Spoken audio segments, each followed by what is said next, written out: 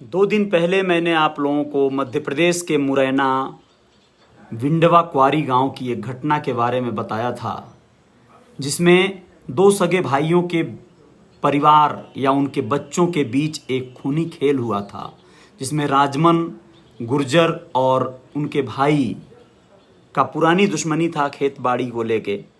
उनके बेटों ने राजमन के ऊपर और राजमन के बेटों के ऊपर किस तरह से अटैक किया और कितना भयावह परिदृश्य रहा होगा वो, उसी के बारे में थोड़ी सी आज आप लोगों से चर्चा ज़रूरी है।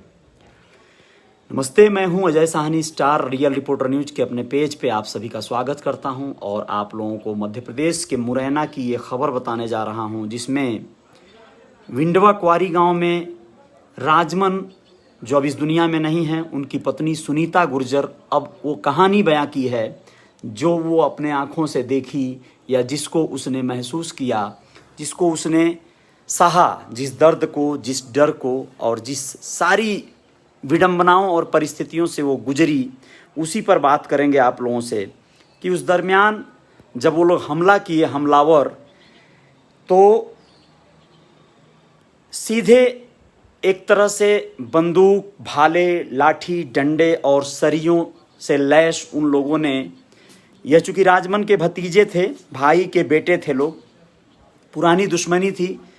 कभी राजमन और इनके बेटे ने उनके पिता पर हमला किया था, ये बात अलग है कि वो बच गए थे, यानी अपने ताऊ पर हमला किया था, वो बच गए थे। और लेकिन दोस्तों, आप लोगों को बताऊं कि जब ये लोग हमला किए तो उस समय अनाउंस कर दिया था कि जो भी इन लोगों को बचाने आएगा गांव का अगर कोई शख्स, तो पहले उसको गोली मारेंगे, फिर इन लोगों से निपटेंगे। ऐसा हालात बना था। और इस दरमियान उस खूंखार हमले में सुनीता गुर्जर, जो राजमन की पत्नी है, वो कहती है कि मैं भाग कर गई, गांव के तमाम लोगों से गुहार करती रही, पैर पड़ती रही, गिड़गिड़ाती रही कि मेरे पति को बचा लो, लेकिन कोई भी मेरी मदद के लिए आगे नहीं आया। आता भी कैसे? सब लोगों को पता था कि हमलावर जो लोग हैं उनके सर पे खून सवार है और जो भी जाएगा शायद मारा जाएगा।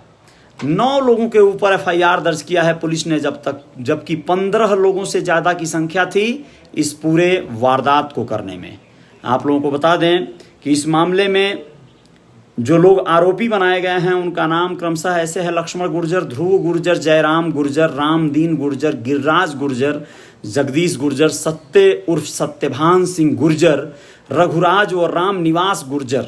ये रामदीन को पुलिस ने गिरफ्तार भी कर लिया है, लेकिन बाकी लोग अभी भी गिरफ्त से बाहर हैं। राम लखन जो उसके जेठ का बेटा था, उसने अपने रिश्तेदारों के साथ, अपने साथियों के साथ ये पूरा योजना को अंजाम दिया, इस पूरे मर्डर और पूरे कत्लेआम को अंजाम दिया। इसमें सुनीता कहती है कि उसके 2 बेटे अभी भी जो घायल हैं, ग्वालियर में उनका इलाज चल रहा है, उन्हें भी बुरी तरह से मारा गया है, लेकिन वो अभी भी ज़िंदगी और मौत के बीच जूझ रहे हैं। जबकि 2 लोग, यानी कि सुनीता के जो पति हैं राजमन और उसका बेटा, अब इस दुनिया में नहीं है, वो दोनों लोग मर गए, जिसका नाम था राधे नाम था, राधे गुर्जर और राजमन गुर्जर, दोनों लोगों की मौत हो चुकी है। जबकि विष्णु वो राम हरि दोनों बेटे, दोनों मतलब इसके भाई हैं, सुनीता गुर्जर के बेटे हैं, ये दोनों लोग घायल हैं। और उसी कमरे में समझिए एक छोटा सा बच्चा 12 साल का, जिसका नाम है सौरभ, उसके पिता का नाम है कल्ली गुर्जर, जो सुनीता के भाई का बेटा था, वो सोया था। गोलियों की तड़तड़ाहट सुनकर वो डर के मारे फ्रिज के पीछे छुप गया, शायद इसलिए उसकी ज़िंदगी बच गई। और वह डरे सहमे सा पड़ा रहा और बस कुछ नहीं कर सका। सुनीता गुर्जर जब अपने गांव वालों से गुहार लगा ली और मदद मांगते मांगते थक गईं, तो जब नहीं रहा गया तो वह 1 किलोमीटर दूर दूसरे एक गांव में, जिसका नाम है पिढ़ावली, वहां पे अपने रिश्तेदार के यहाँ पहुंची। वहां से जब रिश्तेदार आए, गिरिराज, सीताराम और रामबोल, तो उन लोगों ने देखा कि हॉल में जो उनका राधे है, जो सुनीता का बेटा था, वो पड़ा हुआ है, पूरी तरह से मरने की कगार पर है। और खेतों में राजमन पड़ा हुआ था और बाकी बच्चे भी घायल पड़े हुए थे। सबको हॉस्पिटल पहुंचाया गया और उसके बाद 2 लोग मृत घोषित कर दिए गए, बाकी लोगों का इलाज चल रहा है।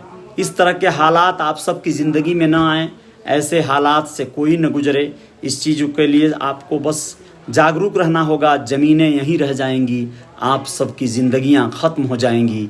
ज़मीनों की लड़ाइयां आज से नहीं लड़ रही हैं। ये जो लोगों ने कहावतें बनाई, वीर भोगे वसुंधरा, इस पर नहीं जाना है, क्योंकि वो ज़माना नहीं है। वो कहावतें जिनके लिए बनी थी वो लोग अब इस ज़माने में नहीं हैं। वीर वसुंधरा नहीं भोगेगा, बल्कि जो कर्मठी होगा, योग्य होगा, सजग होगा, काबिल होगा, वह भोगेगा। वसुंधरा अर्थात धरती को आपको पाना है तो बस ये समझिए कि आपको छीन लेने से, लूट लेने से, गुंडागर्दी कर लेने से, कत्ल और हत्याएं कर देने से नहीं होना है। आप लोगों की ज़िंदगियां बर्बाद होनी हैं और कुछ भी नहीं है। पुलिस वहाँ पे पहरा दे रही है, लेकिन इसी बीच जो उसका भसुर का बेटा है वह वहाँ पे ट्राली से राम लखन जो है जिसने इस पूरे वारदात को अंजाम दिया, वो रात को ट्राली से अनाज, खेती वगैरह को लेके हुआ था ये मैटर, सारी चीज़ें उठा ले गया। चलिए, जय जयकार जारी रहेगी। रियल रिपोर्टर न्यूज़ के मेरे इस पेज को आप लोगों ने फॉलो कर लिया है, इसके लिए शुक्रिया, बहुत बहुत धन्यवाद। जो भी साथीगण इस समय मुझे देख रहे हैं, मिथुन कुमार बहुत बहुत धन्यवाद, आशा जाधव बहुत बहुत शुक्रिया आपका, और रागोपी रानैपी बहुत बहुत शुक्रिया आपको।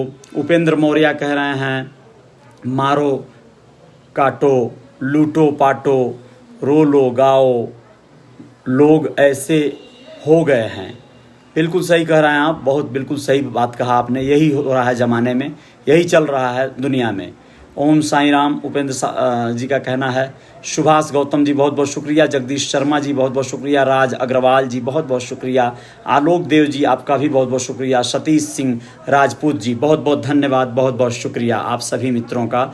और बस आप लोग अपना ख्याल रखिएगा, आप लोग सावधान रहिएगा, आपके जीवन में किसी तरह की दुर्घटनाएं न हों, इसकी हम दुआ करेंगे और यह कोशिश आपको भी करते रहना है।